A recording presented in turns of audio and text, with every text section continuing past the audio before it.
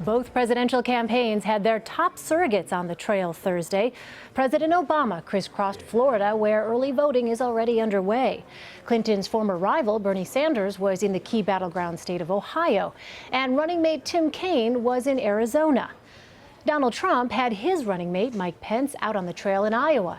Ted Cruz, Trump's primary rival, joined Pence for a few stops. And Trump's wife, Melania, was in Pennsylvania for her first speech since the Republican convention in July.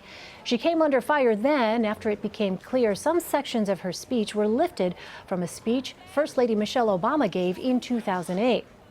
On Thursday, Melania Trump made a plea for respect and kindness in American politics, and she pledged to fight cyberbullying if she became First Lady. Our culture has gotten too mean and too rough, especially to children and teenagers. It is never okay when a 12-year-old girl or boy is mocked, bullied, or attacked.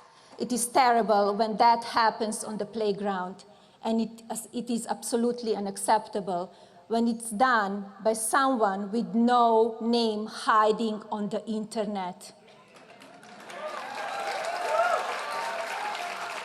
We have to find a better way to talk to each other, to disagree with each other, to respect each other. We must find better ways to honor and support the basic goodness of our children, especially in social media. It will be one of the main focuses of my work if I'm privileged enough to become your First Lady. Emily Tisch Sussman is a Democratic strategist and campaigns director at the Center for American Progress Action Fund. And Kevin Sheridan is a CBSN political contributor and Republican strategist. He is in our Washington bureau. All right, Kevin, let me start with you. We traditionally see the candidate's spouse play a visible role in the campaign, but what has Melania Trump's role been in this race?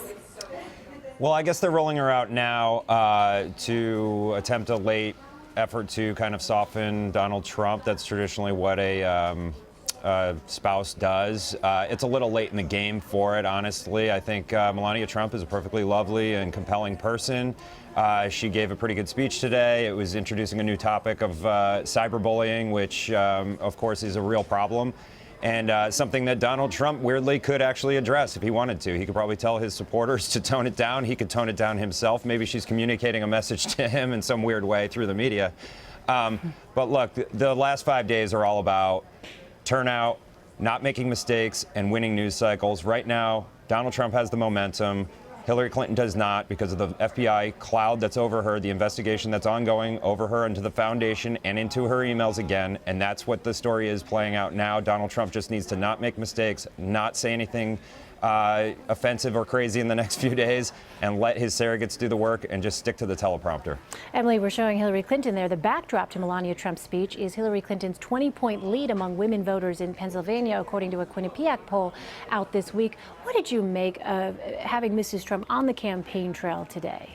Well, it was a little weird. I mean, it's a little weird that she comes out in her first debut to talk about cyberbullying, the probably main thing that everybody from the beginning, like Republicans all over the place, have said, Trump, please stop tweeting. Like, stop engaging, stop responding to followers. So it's a little bit weird that she then comes out to actually address the topic. I mean, when I first saw that Melania was coming out onto the campaign trail, I thought we were finally going to see this immigration speech that he had been saying was coming from her months and months ago. If you recall, after her speech at the Republican convention, when it turned out she did plagiarize part of her speech, he tried to do sort of a don't look over here, look over here, and say, well, she's coming forward with this big immigration speech. And that never came. So I actually thought that was going to be what finally came. But there's nobody who knows, and as Kevin just said this best, like, there's nobody who knows more. You don't need to make mistakes right now more than Trump. And we know that because he actually said it out loud at a campaign rally. He was like, don't screw up, stick to the script, stick to the script. That's weird, too. Like, since when should a presidential candidate be having to remind themselves out loud that if they don't stick to a script, they're going to say something offensive? That's nuts. Kevin, do you want to respond to that? I agree with Emily. I think it's a weird situation where his mouth was just spitting out the words in his head, and he was just, don't screw up, and that's what he needs to do. And he's right. He just don't screw up in the next 5 days, and he could actually come back and win this thing in a crazy way. Hillary Clinton is that damaged of a candidate. It's amazing to say it, and the Democratic Party is going to have to ask themselves, how did they end up here? How did they end up in the last 5 days of worrying about losing to Donald Trump? And that actually could happen now. Let me ask you this, Kevin. I want to talk about this FBI investigation. Donald Trump made it the focus of a new campaign ad, and I want to play a clip for our viewers. Hillary Clinton is under FBI investigation again after her emails were found on pervert Anthony Weiner's laptop. Think about that. America's most sensitive secrets, unlawfully sent, received, and exposed by Hillary Clinton, her staff, and Anthony Weiner. Hillary cannot lead a nation while crippled by a criminal investigation. All right, Kevin, that sounds like a closing argument. Yeah, that's some closing argument. We've been waiting to hear what his nickname for Anthony Weiner is, and it's pervert Anthony Weiner. So now we know.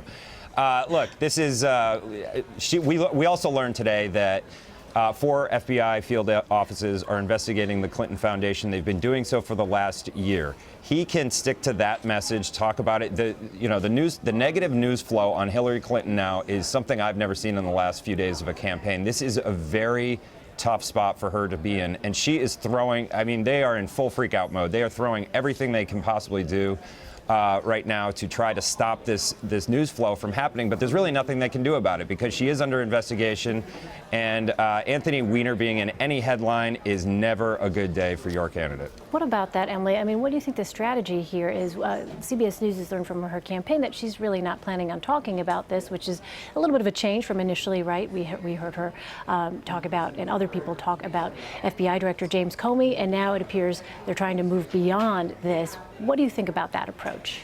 Well, I think she should be focusing on what she's going to do to lead the country. Like, she should not focus on scandal of the day. We are 5 days away from the vote for the president of the United States. She doesn't have to talk about what's going to happen November 9th or 10th.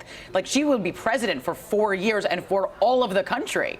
So she should be making that case about what her platform is. What we saw happen after the debates, I think this is something that the media focused on less, but what was important is that the media narrative around the debates was about how badly Donald Trump did. But what actually a lot of voters were responding to, we saw this in a lot of focus grouping afterwards, is they were responding to how much they surprisingly liked her. They weren't prepared to. They thought she was this monster. But once they actually saw her in action talking about policies, they actually really liked her a lot. So that is the case she needs to keep on making. She has strong surrogates out on the trail. Barack Obama, Michelle Obama, President Clinton, everyone's out there for her.